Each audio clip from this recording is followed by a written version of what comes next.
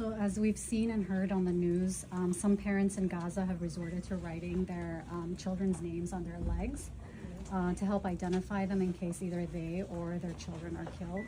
So I'm going to read an excerpt from a poem called Write My Name by Zaina Azam. Write my name on my leg, mama. Use the black permanent marker with the ink that doesn't bleed if it gets wet. The one that doesn't melt if it's exposed to heat.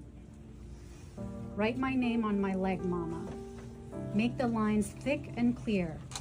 Add your special flourishes so I can take comfort in seeing my mama's handwriting when I go to sleep.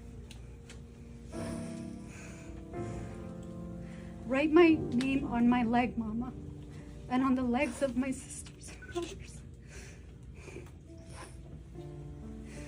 This way we will belong together. This way we will be known as your children. Write my name on my leg, mama, and please write your name and Baba's name on your legs too, so we will be remembered as a family. Write my name on my leg, mama. When the bomb hits our house, when the walls crush our skulls and bones, our legs will tell our story, how there was nowhere for us to run.